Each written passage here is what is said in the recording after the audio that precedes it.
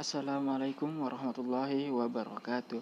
Nama saya Hajar Aswad dengan NIM 1904010010143. Saya berasal dari kelas EKIS 4F. Video ini saya buat untuk memenuhi tugas mata kuliah aspek hukum ekonomi. Pada video ini saya akan membahas mengenai jual beli, yang dimana ada 4 pokok pembahasan. 1. Pengertian jual beli. 2. Metode pembayaran dalam jual beli. 3. Wan prestasi dan ganti rugi. Dan yang keempat, force majeure dan masalah resiko. Pertama, pengertian jual beli. Jual beli atau perdagangan secara bahasa artinya memindahkan hak milik terhadap benda dengan akad saling mengganti. Adapun makna jual beli menurut istilah adalah pemindahan kepemilikan terhadap harta atau manfaat selamanya dengan bayaran harta. Nah, jual beli ini dapat terjadi secara langsung seperti yang terjadi di pasaran dan secara tidak langsung seperti pembelian atau berbelanja secara online. Selanjutnya, metode pembayaran dalam jual beli. Sekiranya ada 5 metode yang ingin saya sampaikan. 1.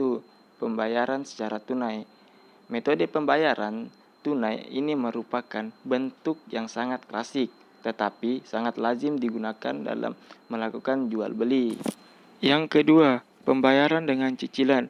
Metode pembayaran dengan cicilan ini dimaksudkan bahwa pembayaran dilakukan dalam beberapa tahapan, sementara penyerahan barang kepada pembeli dilakukan sekaligus di muka, meskipun pada saat itu pembayaran belum semuanya dilunasi. Yang ketiga, pembayaran dengan kartu kredit. Agar pihak membeli aman dan tidak membawa uang cash kemana, sementara pembayaran dengan uang cek belum begitu membudaya, maka pembayaran dengan menggunakan kartu kredit merupakan pilihan yang populer. Ini sering terjadi di kalangan orang yang memiliki perekonomian menengah ke atas. Yang keempat, pembayaran dengan kartu debit. Metode pembayaran dengan menggunakan kartu debit lebih praktis dibandingkan menggunakan kartu kredit. Hanya saja, dengan kartu debit, baik pembeli maupun penjual harus sama-sama mempunyai rekening di satu bank tertentu, yakni bank yang menyediakan kartu debit tersebut. Yang kelima, pembayaran dengan memakai cek.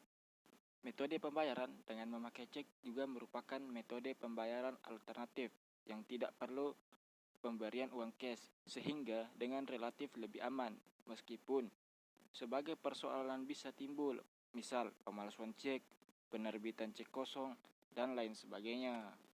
Nah, itulah metode pembayaran.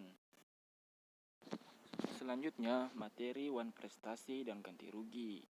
Wan prestasi adalah prestasi yang tidak terpenuhi. Wan prestasi ini timbul apabila salah satu pihak atau debitur tidak melakukan apa yang diperjanjikan. Nah, adapun bentuk-bentuk wan prestasi terbagi menjadi 4 kategori. 1. Tidak melakukan apa yang disanggupi akan dilakukan. 2. Melaksanakan apa yang dijanjikan tetapi tidak sebagaimana yang dijanjikan. 3. Melakukan apa yang dijanjikan tetapi terlambat. 4. Melakukan sesuatu yang menurut perjanjian tidak boleh dilakukan. Nah, itulah pembahasan mengenai wan prestasi. Selanjutnya, yaitu ganti rugi. Ganti rugi sering diperinci dalam 3 unsur, yakni pertama, biaya adalah segala pengeluaran atau perongkosan yang nyata-nyata sudah dikeluarkan oleh satu pihak. Kedua, rugi adalah kerugian karena kerusakan barang kepunyaan kreditor yang diakibatkan oleh kelalaian si debitor. 3. Bunga adalah kerugian yang berupa kehilangan keuntungan yang sudah dibiayakan atau dihitung oleh kreditor. Nah, itulah pembahasan mengenai wan prestasi dan ganti rugi. Materi selanjutnya ialah force majeure dan masalah risiko. Force majeure dapat diartikan sebagai klausul yang memberikan dasar pemaaf pada salah satu pihak dalam suatu perjanjian untuk menanggung suatu hal yang tidak dapat diperkirakan sebelumnya. Nah, dalam force majeure atau yang sering diterjemahkan keadaan memaksa merupakan keadaan di mana seorang debitur terhalang untuk melaksanakan prestasinya karena keadaan atau peristiwa yang tak terduga pada saat dibuatnya kontrak. Keadaan atau peristiwa tersebut tidak dapat dipertanggungjawabkan kepada debitur, sementara si debitur ini tidak dalam keadaan beriktikat dalam menunaikan kewajibannya berdasarkan kontrak yang telah diperjanjikan. Selanjutnya ialah resiko. Resiko adalah suatu ajaran tentang siapakah yang harus menanggung ganti rugi apabila debitur tidak memenuhi prestasi dalam keadaan force majeure. Nah, adapun risiko ini terbagi menjadi beberapa bagian. Yang pertama, risiko suku bunga. Perubahan suku bunga bisa mempengaruhi variabilitas return suatu investasi. Perubahan suku bunga akan mempengaruhi harga saham secara terbalik. Jika suku bunga meningkat, maka harga saham akan turun. Begitu juga sebaliknya, jika suku bunga menurun, maka harga saham akan meningkat. Yang kedua, risiko pasar. Yang dimaksud dengan risiko pasar adalah fluktuasi pasar yang secara keseluruhan mempengaruhi variabilitas return suatu investasi. Nah, perubahan ini dapat disebabkan karena beberapa faktor seperti munculnya resesi ekonomi, kerusuhan, maupun perubahan politik. Yang ketiga, risiko inflasi. Inflasi yang meningkat akan mengurangi kekuatan daya beli rupiah terhadap investasi. Maka dari itu, risiko ini juga disebabkan sebagai risiko daya beli. Yang keempat, risiko bisnis. Risiko bisnis merupakan risiko yang terdapat dalam menjalankan bisnis atau suatu industri. Misalnya, perusahaan pakaian yang bergerak di bidang industri tekstil akan sangat dipengaruhi oleh karakteristik industri tekstil tersebut. Yang kelima, risiko finansial. Risiko ini berkaitan dengan keputusan perusahaan untuk menggunakan hutang dalam pembayaran modal.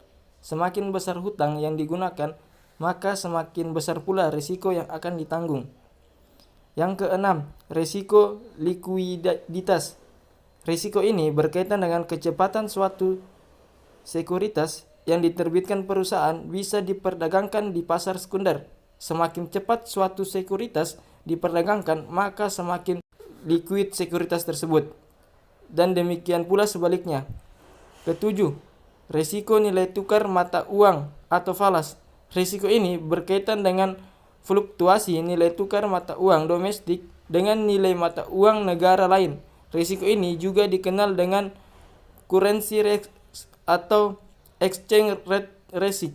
Kedelapan, risiko negara. Risiko ini juga disebut sebagai risiko politik karena sangat berkaitan dengan kondisi perpolitikan suatu negara. Bagi perusahaan yang beroperasi di luar negeri, maka stabilitas ekonomi dan politik negara bersangkutan